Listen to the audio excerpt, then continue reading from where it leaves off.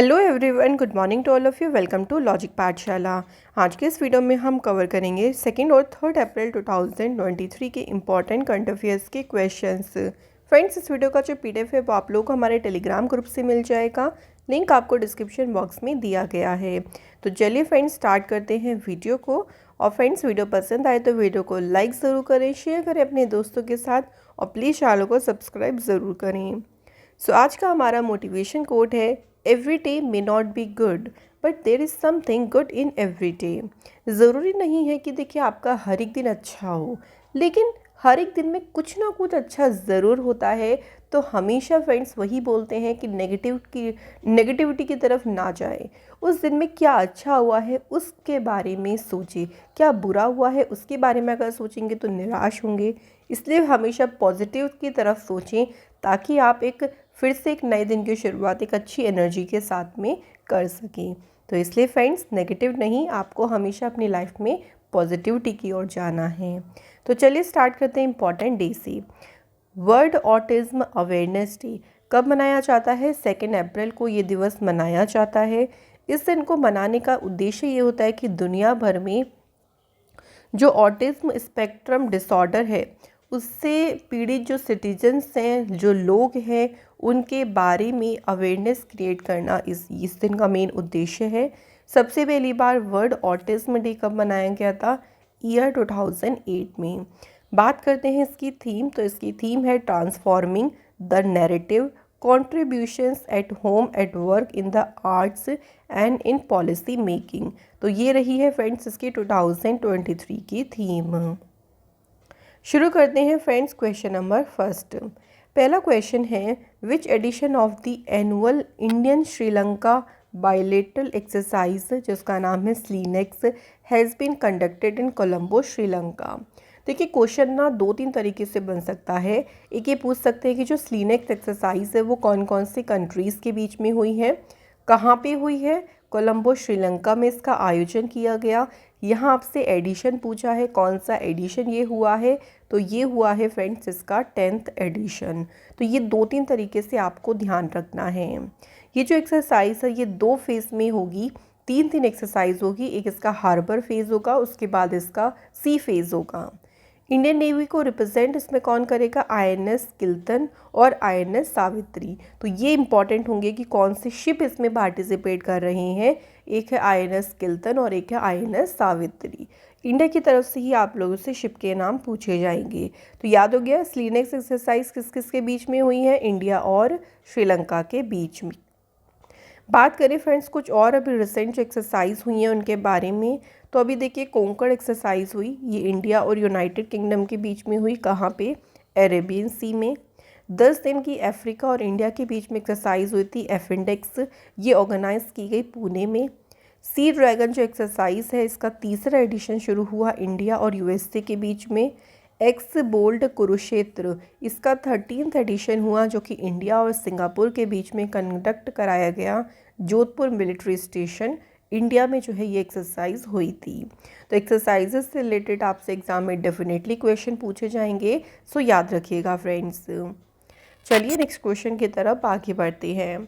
अगला क्वेश्चन है, Finland has become the 31st member of the North Atlantic Treaty Organisation यानी NATO. What is the capital of Finland? Very important.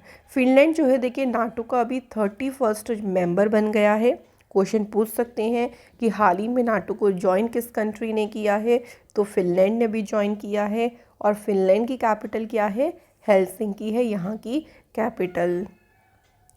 So Finland जो है वो Russia के साथ में 1340 किलोमीटर से भी ज़्यादा का जो बॉर्डर है वो शेयर करता है। और नाटो में शामिल होने का जो डिसीज़न है 2021 में जो यूक्रेन पर रशिया का जो इन्वेज़न हुआ था उसके बाद काफ़ी ज़्यादा सिक्योरिटी कंसर्न हो गई थी, इसलिए फिनलैंड ने जो है वो नाटो को ज्वाइन करने का डिसीज़न लिया था।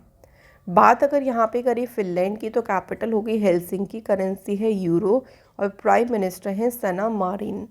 नाटो की फुल फॉर्म ध्यान रखिएगा, नॉर्थ अटलांटिक ट्रीटी ऑर्गेनाइजेशन। इसकी स्थापना हुई 1949 में। हेडक्वार्टर इसका ब्रुसेल्स बेल्जियम में है और सिक्योरिटी जनरल का नाम है जेंस स्टोल्टेनबर्ग। नेक्स्ट क्वेश्चन, अगला क्वेश्चन है the second G20 tourism working group meeting has begun in which city. दूसरी देखिए जो टूरिज्म वर्किंग ग्रुप की बैठक है किस शहर में शुरू हुई है, तो ये बैठक शुरू हुई है फ्रेंड्स सिलीगुड़ी जो कि वेस्ट बंगाल में है। तो सिलीगुड़ी में जो है दूसरी टूरिज्म वर्किंग ग्रुप की बैठक शुरू हुई। इस बैठक को करने का मेन ये पर्पस है देखिए कि उस एरिया की जो भी जो फीचर्स हैं देखिए जो टिपिकल फीचर्स हैं उनको शोकेस करना, साथ ही में जो टी प्लगिंग यानी जो चाय की जुताई के साथ साथ जो वहाँ पे जो भी देखिए एडवेंचर टूरिज्म है, वहाँ का जो लोकल आर्ट, वहाँ का जो लोकल कल्चर है, उनके भी अपॉर्चुनिटीज़ को एक्सपोज करना, उनको उजागर करना, यही इसका मेन उद्देश्य है इस मीटिंग का। और कहाँ पे मीटिंग हुई है? वेस्ट बंगाल की सिलीगुड़ी में इसका आयोजन किया जा रहा है। अब बात करते हैं देखिए G20 से रिलेटेड और इम्पॉर्टेंट मीटिंग्स के बारे में। तो जो पहली टूरिज्म वर्किंग ग्रुप की मीटिंग हुई ये कहाँ पे हुई थी? रण ऑफ कच्छ गुजरात में। पहली जो G20 disaster risk reduction working group meeting है ये कहाँ पे हुई? गांधीनगर गुजरात में। सेकेंड G20 शेरपा मीटिंग अभी रिसेंट ही हुई है, कुमारकोम केरला में जो है इसका आयोजन किया गया। तो जितनी भी मीटिंग्स हो रही हैं फ्रेंड्स, जो मोस्ट इंपॉर्टेंट मीटिंग्स हैं उसको ध्यान रखिएगा, वो 100% एग्ज़ाम में पूछी जाएंगी। नेक्स्ट क्वेश्चन पे बढ़ते हैं। अगला क्वेश्चन है according to the data from the Centre for Monitoring Indian Economy, India's unemployment rate increased to how much percent in March 2023। So देखिए मार्च 2023 में भारत की जो बेरोज़गारी दर है वो कितने प्रतिशत हो गई है ये बताना है। सो सही आंसर है वो कितनी हो गई है? 7.8% हो गई है मार्च 2023 में। अगर हम अर्बन और रूरल एरियाज़ की बात करते हैं, सो अर्बन एरियाज़ का जो अनएम्प्लॉयमेंट रेट है वो 8.4% पे पहुंच गया, जबकि रूरल एरियाज़ का कितना है अनएम्प्लॉयमेंट रेट? 7.5%। सबसे ज़्यादा जो अनएम्प्लॉयमेंट है यानी सबसे ज़्यादा बेरोज़गारी जो है वो हरियाणा में है और वहाँ कितना परसेंट है? 26.8%। तो ये जो वैल्यू है ना परसेंट वाली, ये भी एग्ज़ाम के लिए बहुत ही ज़्यादा इम्पॉर्टेंट वैल्यू है। नेक्स्ट क्वेश्चन, अगला क्वेश्चन है which high court gave bail decision in murder case for the first time in the country with the help of ChatGPT। तो किस उच्च न्यायालय ने ChatGPT की मदद से देश में पहली बार हत्या के मामले में जमानत का फैसला सुनाया है? तो इसके लिए उन्होंने ना ChatGPT का यूज़ किया, और ये कोर्ट कौन सा है? पंजाब और हरियाणा हाई कोर्ट जो है उनके द्वारा जो बेल डिसीज़न लिया गया वो इसके माध्यम से लिया गया। जो बेंच थी उसको लीड कौन कर रहे थे? अनूप चितकारा। और उन्होंने जो है वो ChatGPT का जो फीडबैक था उसके बाद जो डिसीज़न लिया था, जो बेल फाइल हुई थी, बेल पिटीशन फाइल की गई थी इंडिविजुअल के द्वारा, जिसको जून 2020 में कस्टडी में लिया गया था। उसके बाद ChatGPT के माध्यम से जो भी फीडबैक आया फाइनली जो है वो यहाँ पे क्या दिया गया? बेल दिया गया। ChatGPT जो है ये एक AI चैटबॉट है जिसे OpenAI ने डेवलप किया है, that uses NLP and machine learning, जो कि जनरेट करता है ह्यूमन लाइक रिस्पॉन्सेस को, जो भी मानव जैसी प्रतिक्रियाएं उत्पन्न करने के लिए ये NLP और मशीन लर्निंग को यूज़ करता है। तो इसी के माध्यम से जो है वो ये डिसीज़न लिया गया। तो आपको हाई कोर्ट का नाम ध्यान रखना है, Punjab and Haryana high court. अच्छा फ्रेंड, जो हाई कोर्ट होता है ना ये हाईएस्ट जुडिशियल कोर्ट होता है स्टेट का। जो स्टेट में जो हाईएस्ट कोर्ट होता है, जैसे कंट्री का तो सुप्रीम कोर्ट होता है, ऐसे स्टेट का जो हाईएस्ट जुडिशियल कोर्ट होता है उसे हाई कोर्ट कहते हैं। करंटली अगर हम बात करें तो 25 हाई कोर्ट्स जो हैं वो हमारी डिफरेंट स्टेट्स में जो है स्टेबलाइज्ड हैं। एक आर्टिकल बहुत ज़्यादा इंपॉर्टेंट है, वो याद रखिएगा, आर्टिकल 217 ये क्या कहता है कि जो हाई कोर्ट के जज होते हैं उन्हें अपॉइंट कौन कर सकता है? प्रेसिडेंट। तो उसमें वो चीफ जस्टिस ऑफ इंडिया जो उस स्टेट के गवर्नर हैं उनसे कंसल्ट करके प्रेसिडेंट के द्वारा अपॉइंट किए जाते हैं हाई कोर्ट के जज। तो ये ज़्यादा इम्पॉर्टेंट होगा कि कौन अपॉइंट करते हैं? प्रेसिडेंट। अगर हम बात करें सबसे ओल्डेस्ट, सबसे पुराना हाई कोर्ट कौन सा है, तो वो है फ्रेंड्स आपका कैलकटा हाई कोर्ट, जो कि स्टेबलाइज हुआ था 2 जुलाई 1862 को। उसके बाद बॉम्बे हाई कोर्ट बना 14 अगस्त 1862 को। देन मद्रास हाई कोर्ट बना था 15 अगस्त 1862 को। सबसे जो न्यूएस्ट हाई कोर्ट्स हैं वो है फ्रेंड्स आपका Telangana court and Andhra Pradesh high court, दोनों स्टेबलाइज कब हुए थे 2019 में। तो इस तरीके से बेसिक क्वेश्चंस आपके एग्जाम में बन जाते हैं, इनको फ्रेंड्स याद रखिएगा। चलिए नेक्स्ट क्वेश्चन की तरफ आगे बढ़ते हैं। विच स्टेट और UT recently released the lake development programme. जो लेक डेवलपमेंट प्रोग्राम है अभी हाल ही में इसे जारी किसने किया है, तेलंगाना सरकार ने इसे जारी किया है। इसका उद्देश्य है कि हैदराबाद और उसके आसपास के जो 50 वाटर बॉडीज़ हैं उनको रेजुवनेट, उनको डेवलप करना, इसी उद्देश्य के साथ में इस प्रोग्राम को लॉन्च किया गया। तेलंगाना की कैपिटल है हैदराबाद। इसकी फॉर्मेशन डे होता है 2 जून 2014 को। चीफ मिनिस्टर हैं के चंद्रशेखर राव और गवर्नर हैं तमिलसाई सौंदरराजन। बात करें तेलंगाना की फ्रेंड्स, तो अभी यहाँ पे एक नया हेल्थ प्रोग्राम शुरू किया गया था जिसको नाम दिया आरोग्य महिला। इसे लॉन्च किया था वुमेंस के लिए। नेक्स्ट याद रखेंगे फ्रेंड्स, इंडिया का जो पहला इंटीग्रेटेड रॉकेट फैसिलिटी है ये बेस्ड कहाँ पे है, तेलंगाना में। इंडिया की पहली फॉरेस्ट यूनिवर्सिटी को स्टेबलाइज किया गया तेलंगाना स्टेट में। इंडिया का पहला ओपन रॉक म्यूज़ियम ये सेट किया गया हैदराबाद तेलंगाना में।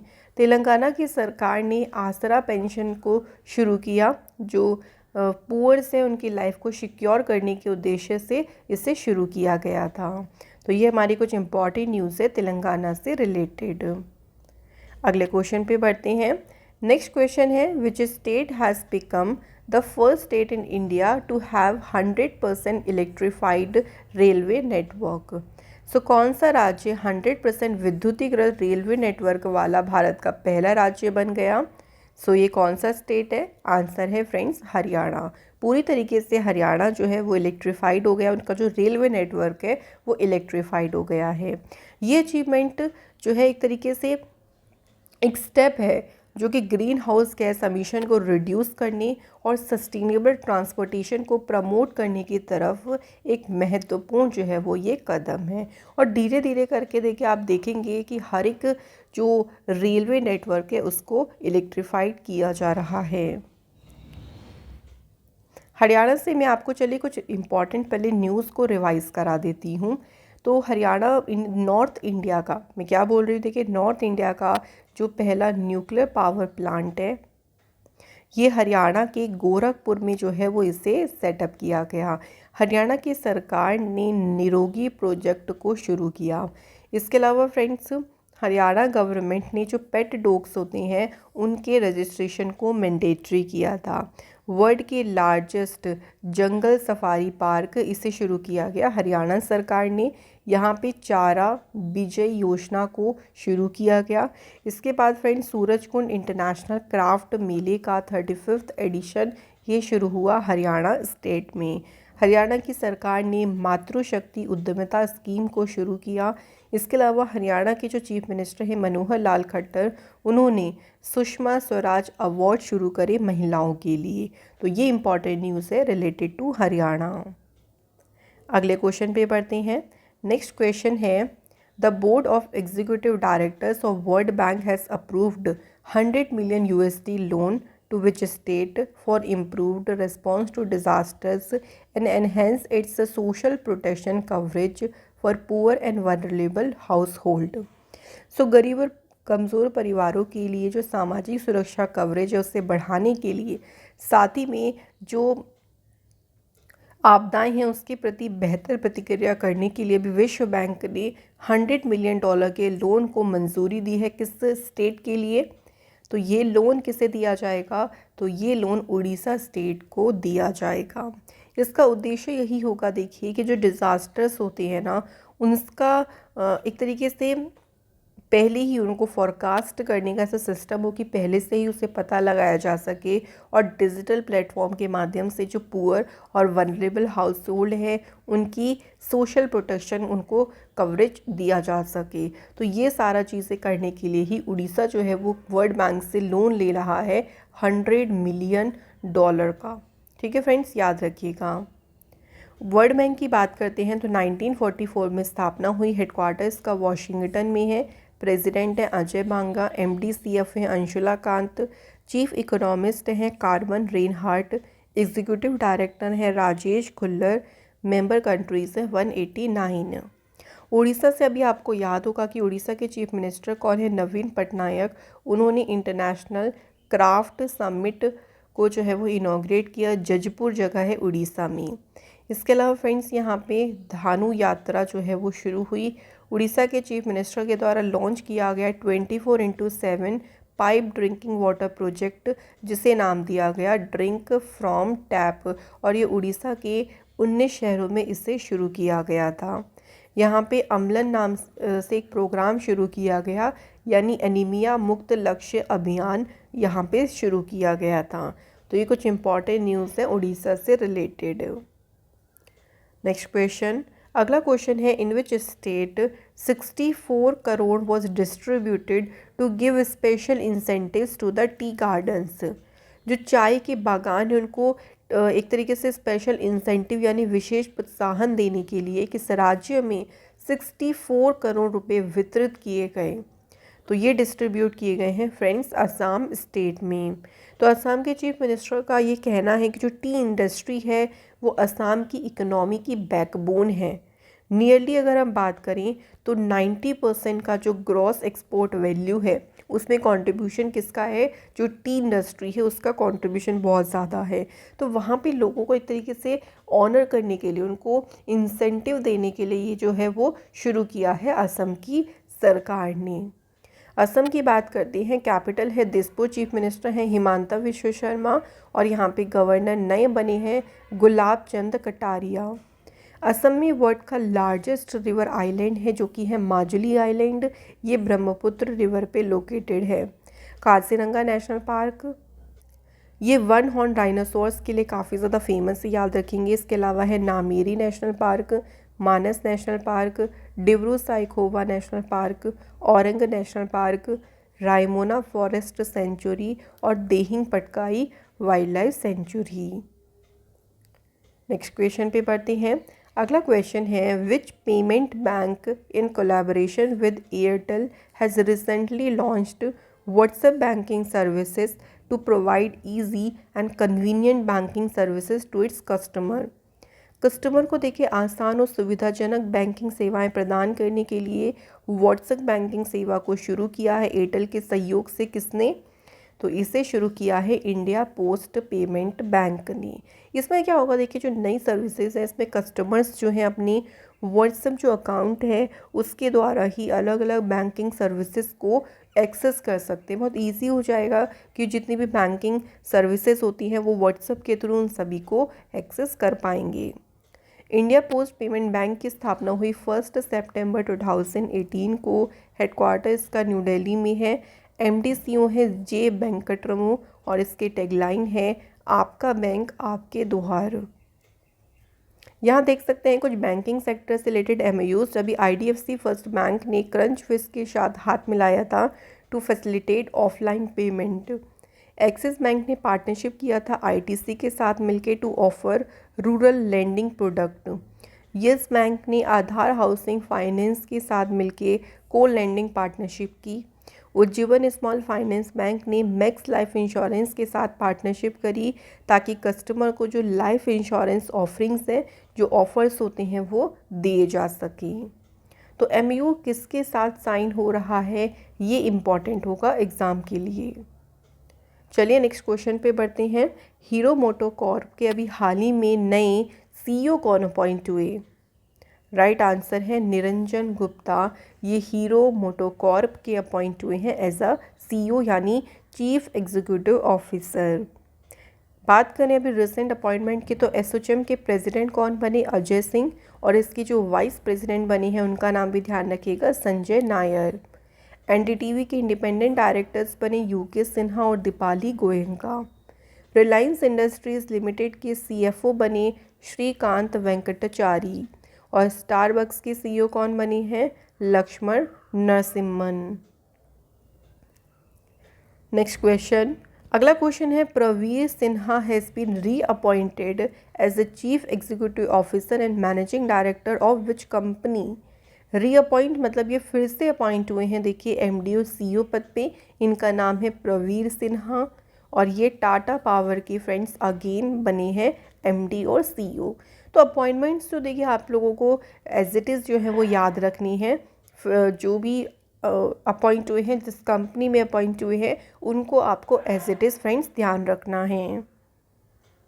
नेक्स्ट क्वेश्चन देखिए, who was appointed as the head of NASA's newly stabilised moon to Mars programme. NASA का जो चंद्रमा से मंगल या मून टू मार्स प्रोग्राम है, इसके प्रमुख के रूप में किसे अपॉइंट किया गया? करेक्ट आंसर है अमित क्षत्रिय को जो है अपॉइंट किया गया है। ये इंडियन अमेरिकन इंजीनियर हैं जिन्हें नासा के मून टू मार्स प्रोग्राम के लिए जो है अपॉइंट किया गया। ये जो प्रोग्राम है ये क्रिएट करेगा, ये स्टेबलाइज करेगा एक लॉन्ग टर्म प्रेजेंस को ऑन द मून। मतलब मून पर एक थोड़े ज़्यादा लंबे समय तक जो प्रेजेंस है उसके लिए इसको शुरू किया गया, जो कि हमारे फ्यूचर में जो भी मार्स के मिशन होंगे वो वहाँ से प्रिपेयर हो सकेंगे, मून से ही प्रिपेयर उनको किया जाएगा। तो इसलिए इसको कहा गया है moon to Mars programme. NASA जो है इसकी स्थापना 1958 में हुई है। हेडक्वार्टर्स का वॉशिंगटन डीसी में है और एडमिनिस्ट्रेटर का नाम है बिल नेल्सन। नेक्स्ट क्वेश्चन, अगला क्वेश्चन है, अब बुक जिसका टाइटल है वॉर एंड वुमेन, किसके द्वारा ये लिखी गई? तो ये बुक लिखी है डॉक्टर M.A. हसन ने। तो सिंपली ध्यान रखिएगा, वॉर एंड वुमेन ये बुक लिखी है किसने? Doctor M.A. हसन ने। तो देखिए वॉर में भी देखिए बिल्कुल हंसी नहीं आती है, तो आप इस तरीके से इसको याद रख सकते हैं। जब United Nations human right council का जो 52nd सेशन हुआ था जेनेवा स्विट्ज़रलैंड में, उसी दौरान जो है वॉर एंड वुमेन जो टाइटल बुक है इसे लॉन्च किया गया। यहाँ देख सकते हैं कुछ रिसेंट की बुक्स एंड ऑथर्स को। द इंडिया स्टोरी ये बुक लिखी बिमल जलन ने। Listen to your heart the London adventure ये लिखी रस्किन बॉन्ड ने।